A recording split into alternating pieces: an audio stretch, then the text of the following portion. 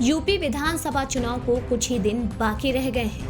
पहला चरण भी शुरू होने वाला है और इस बार के चुनाव में वोटर भी कुछ कंफ्यूज नजर आ रहा है। और हो भी क्यों ना, क्योंकि अब की बार उसके पास ऑप्शन भी है।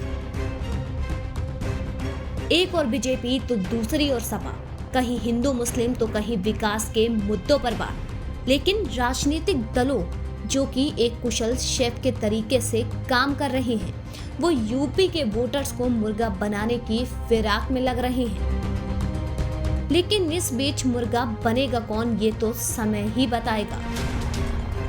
और इस बार राजनीतिक दलों के मैनिफेस्टो भी रेस्टोरेंट के मेन्यू कार्ड की तरह लग रहे हैं और वोटर भी गर्मा गर्म चाय की चुस्की के साथ राजनीतिक दलों द्वारा किए गए लुभावने वादों का मजा फिलहाल तो ले रहा है।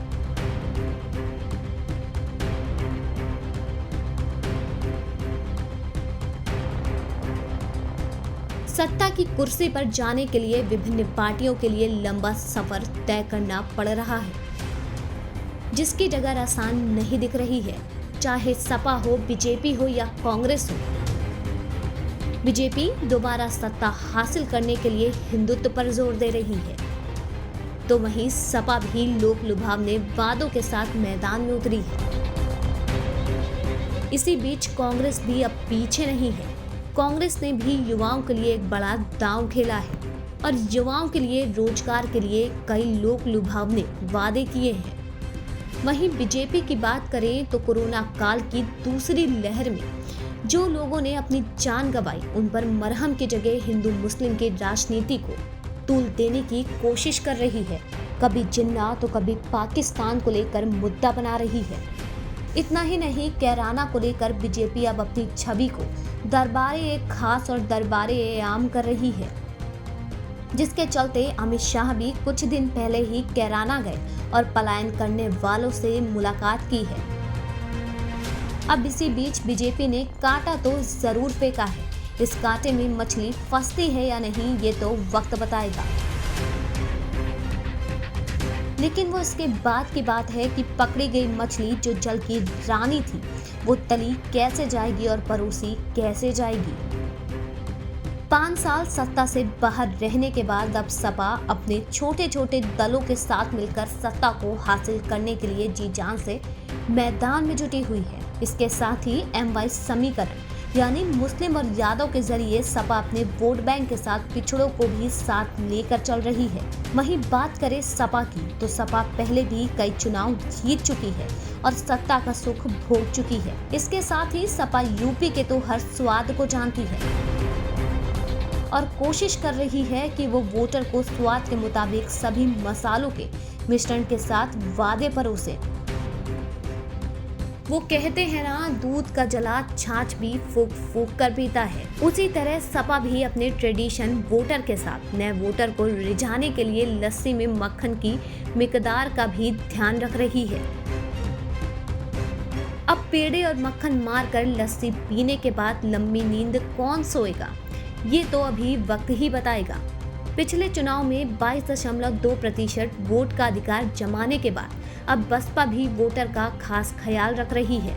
वो ये जान चुकी है कि यूपी की जनता को समोसा चाट पकौड़ी से ज्यादा प्यारा है और ये यूपी की हर गली के नुक्कड़ में चौराहों पर स्वादानुसार समय के मुताबिक तैयार भी मिलता है।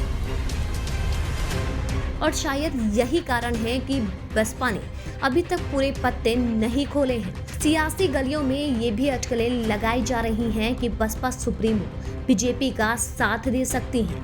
अब बात अगर बीजेपी की करें तो बीजेपी भी पूरी ताकत के साथ लोक लुभावन वादों को लेकर फर्क साफ दिखा रही है और कुछ इस तरह से जनता को लुभाने की तैयारी कर रही है कि जैसे यूपी की गलियों में चाय समोसा के साथ छोले और चटनी फ्री मिल जाती है और खाने वाला मुफ्त समझता तो जरूर है, लेकिन सच तो ये है कि चाय समोसा के साथ उसकी कीमत पहले से ही तय कर ली जाती है।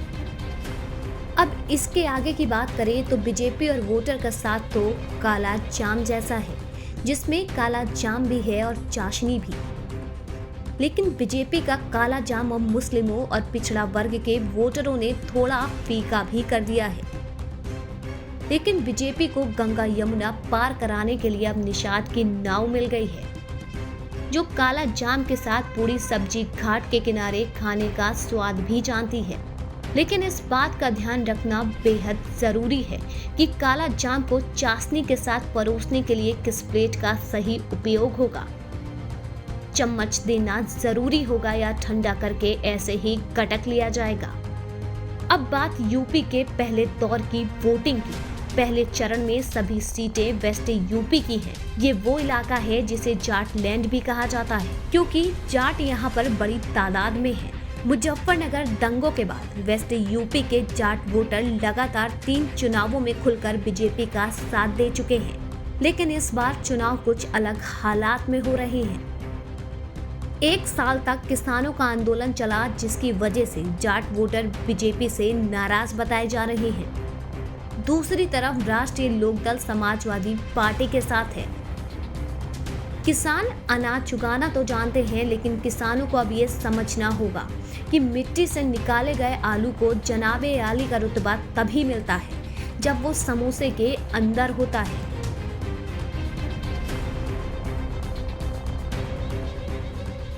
यूपी की सियासत का रास्ता यूपी वालों के दिल से गुजरता है, और एक पते की बात बचपन से सुनते आ रहे हैं कि यूपी वालों के दिल का रास्ता उनके पेट से होकर गुजरता है। खाना जितना ज्यादा स्वादिष्ट होगा, मजा उतना ही आएगा, और खाना जितना सजाया होगा, उसे देखने में भी उतना मजा आएगा। अब ये राजनीतिक दल मेन्यू कार्ड को खूबसूरत तो बना ही रही है, लेकिन यूपी वालों को ये मेन्यू कार्ड कितना पसंद आता है, ये देखना दिलचस्प होगा।